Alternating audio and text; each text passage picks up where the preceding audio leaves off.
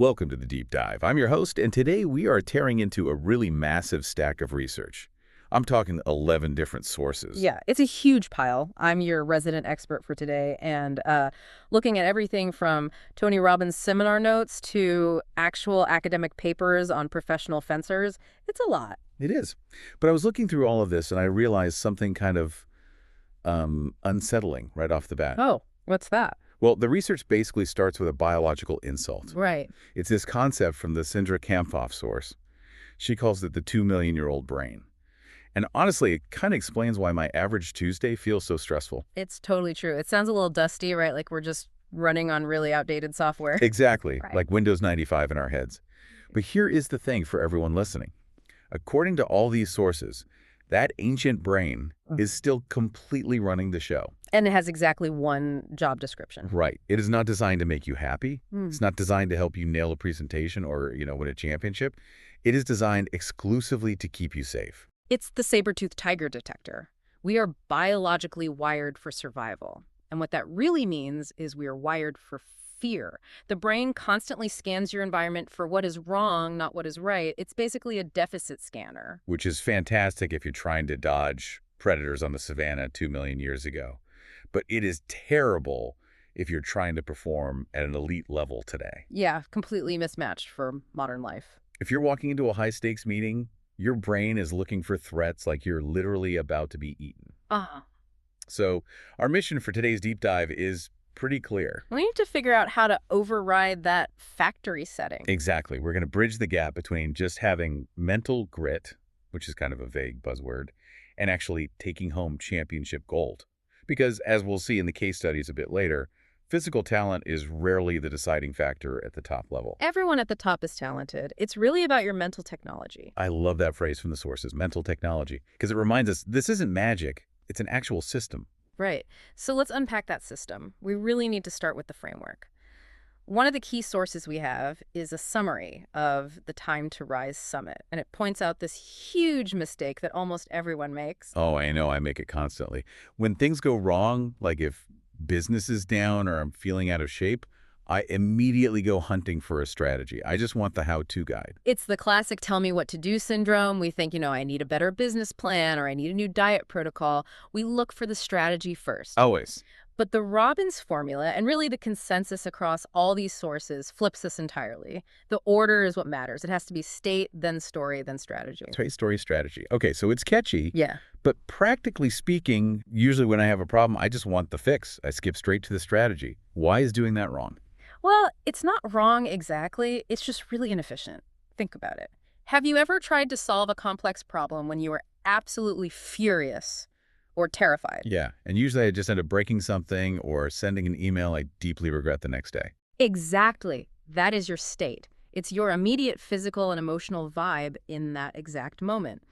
If you are in a state of fight or flight, which is that 2-million-year-old brain taking over, your cerebral cortex is literally offline. You just aren't smart anymore. You're entirely reactive. So if you try to build a strategy while you're in a state of panic, you are going to build a panic-based strategy. Wow. So even if someone handed you the winning lottery numbers, Yeah. if you're in a state of total angry chaos, you might just throw the ticket away because you literally aren't seeing clearly. Precisely. You have to hack the state first. Once you fix your state, once you're calm, focused, energized, then you can look at your story. And the story is the narrative you're telling yourself. Yeah. Things like, I'm not smart enough. Yeah. Or I always choke under pressure. Your internal monologue, yeah.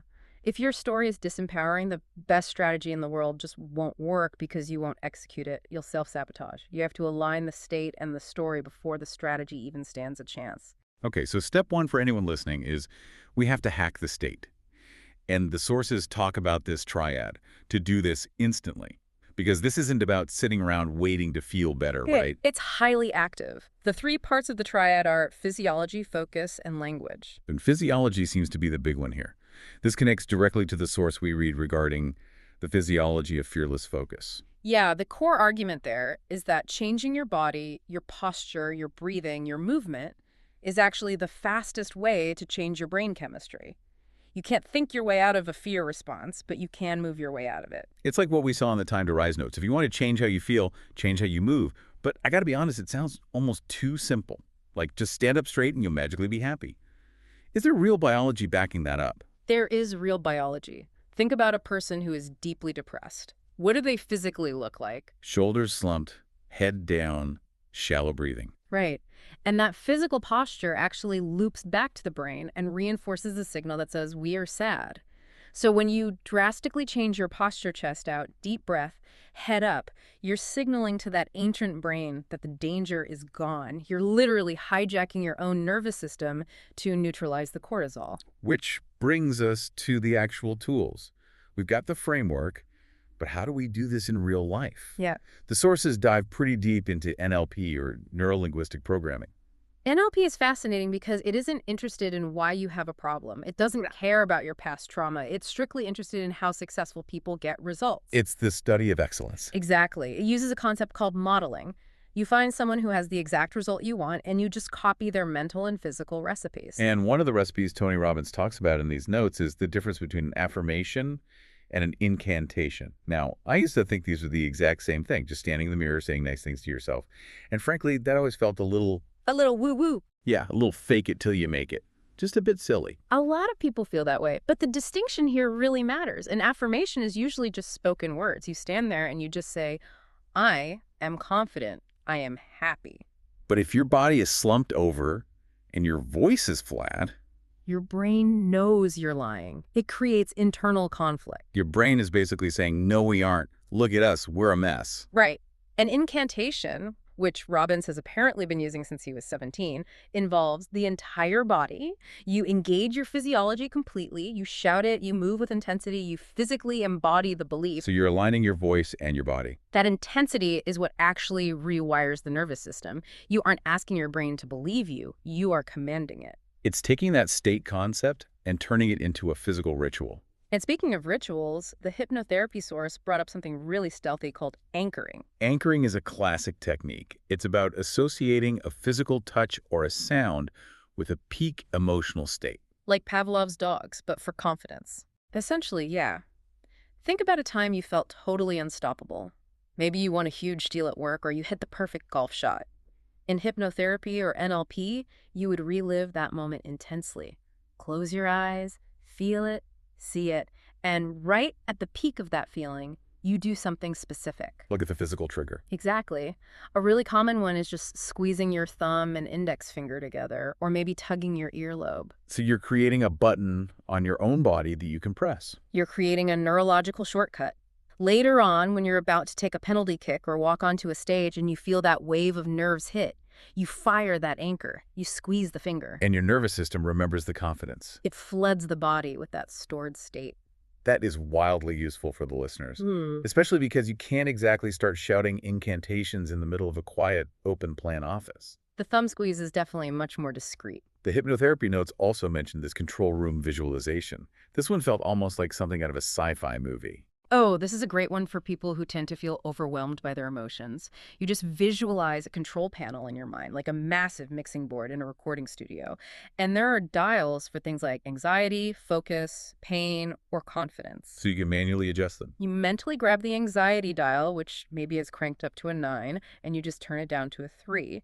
Then you grab the focus dial and turn it up to a 10. I love that, because it treats your emotions like data that can be adjusted, rather than just this tidal wave that drowns you. But look, I know what some listeners might be thinking right now. Imaginary control panels, incantations. Yeah. And this all just motivational fluff. Which is a completely fair question. If I heard this without context, I would be skeptical too. But this is where it gets really interesting. We have a source in this stack that is a rigorous academic study on professional male fencers. This isn't motivational speaking. This is hard science. So break down the fencer study for us. Because fencing is incredibly high speed, right? It requires insane levels of focus. Incredibly high speed and technical. So the study took 47 professional fencers. They split them into 2 groups. One group did 20 weeks of mindfulness meditation training. Just about 20 minutes, 3 times a week. And the control group. They just read books about the human auditory system. Riveting stuff, I'm sure. So what actually happened after the 20 weeks? Did the meditators just report feeling better? No, the results were entirely measurable. First, they looked at their chemistry. They measured salivary cortisol. The stress hormone, the fight or flight juice. Precisely. It's the exact chemical signature of that 2 million-year-old brain panicking. In the meditation group, those cortisol levels plummeted. But the part that should really dissolve any skepticism was the brain scans. They used this technology called FNIRS. Functional near-infrared spectroscopy. Look at you! Yes! It basically maps blood flow in the brain in real time. They found that the fencers who did the mindfulness training had a massive surge of oxygenated blood, specifically in the prefrontal cortex. And the prefrontal cortex is the executive center, right? Yeah. The CEO of the brain. Right. It's the part that handles logic, decision-making, and emotional control. And the control group, they didn't get that boost at all. So under pressure, the meditators' brains were physically fueling the smart centers, while the control group was left struggling in survival mode. So it's literally like a muscle at the gym. When you do bicep curls, blood rushes to the arm. When these fencers were under pressure, blood was rushing to the part of the brain responsible for elite focus, rather than the part responsible for panic. Exactly. It completely validates the whole theory behind mental skills training. It isn't just thinking happy thoughts. It physically changes the blood flow in your brain. It's neuroplasticity in action. If you exercise the brain with mindfulness, it gets physically stronger and more efficient at focusing. That perfectly backs up everything we were just saying about state and physiology. Yeah. It's biological plumbing. It's wild to think that just 20 minutes of breathing can rewire your blood flow. It really is. But obviously, sitting calmly in a lab with a brain scanner is one thing. Being 14 minutes behind in the Ironman World Championship is something else entirely. Yeah, the stakes are slightly higher out there on the lava fields. And that is where the story of Mirinda Carfrae comes in. This was in the notes on championship mindset, and it honestly reads like a movie script. It really does. So it's Kona, Hawaii, 2014. The conditions are brutal, the heat, the humidity. Mirinda Carfrae comes off the bike leg of the triathlon, and she is 14 minutes and 30 seconds behind the leader. In professional racing, that is an eternity. Statistically, it was impossible. No one had ever overcome a deficit that big. Her story, that internal narrative we talked about, could have easily been, it's over, or I just need to finish the race. But she did something very specific with her focus. What did she do? She completely shifted from outcome focus to process focus. If she had focused on the outcome, meaning I need to catch up 14 minutes, she would have panicked. The gap was simply too big. The human brain shuts down when a goal seems mathematically impossible. So she just stopped looking at the gap entirely. She ignored it. She used a mental checklist instead. Mechanics, form, stomach check, breathing, foot strike. She just kept relentlessly cycling through that internal checklist.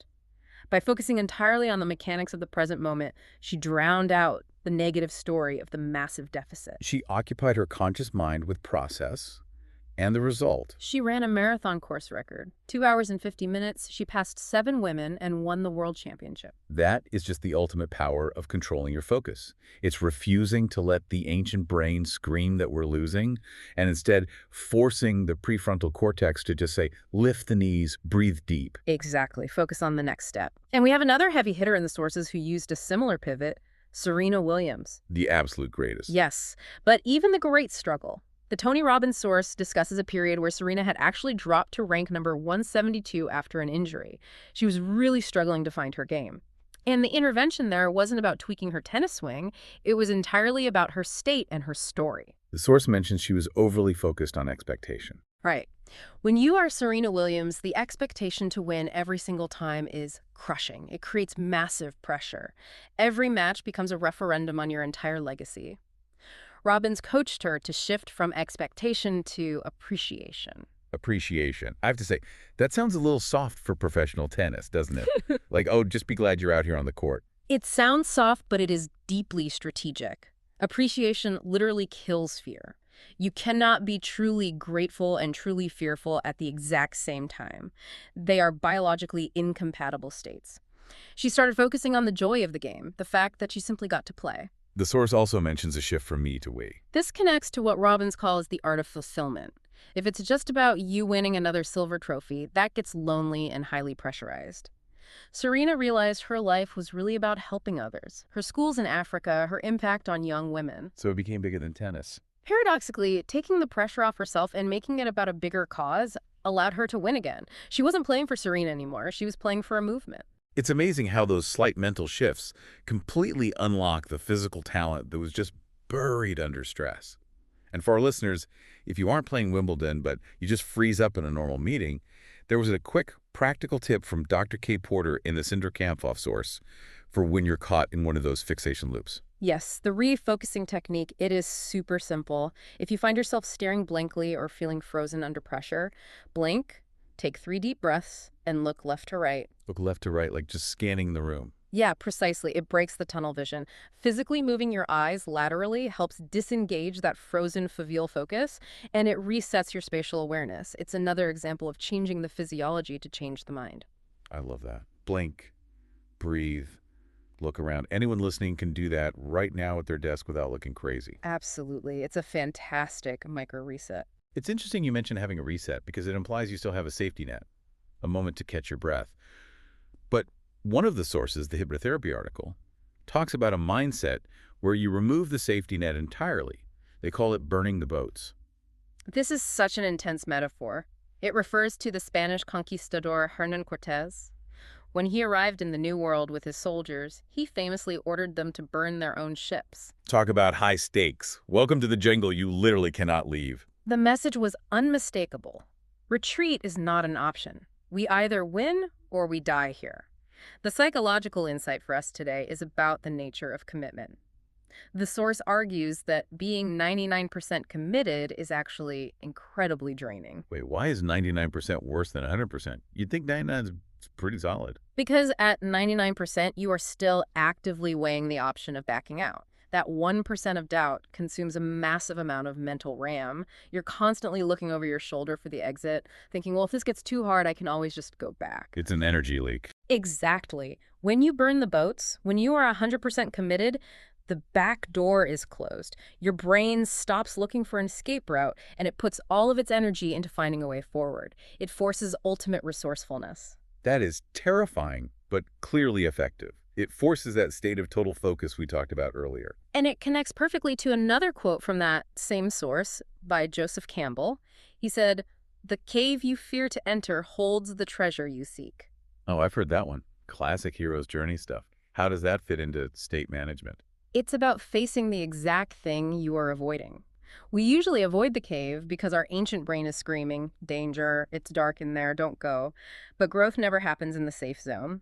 Mindfulness and these mental tools give us the neurological courage to enter that cave, to face the fear directly rather than numbing out or distracting ourselves. It seems like all these sources are ultimately pointing to the exact same truth. You have to generate the energy to do this. It doesn't just happen to you. That is a crucial takeaway from the Time to Rise summary. Energy is a habit.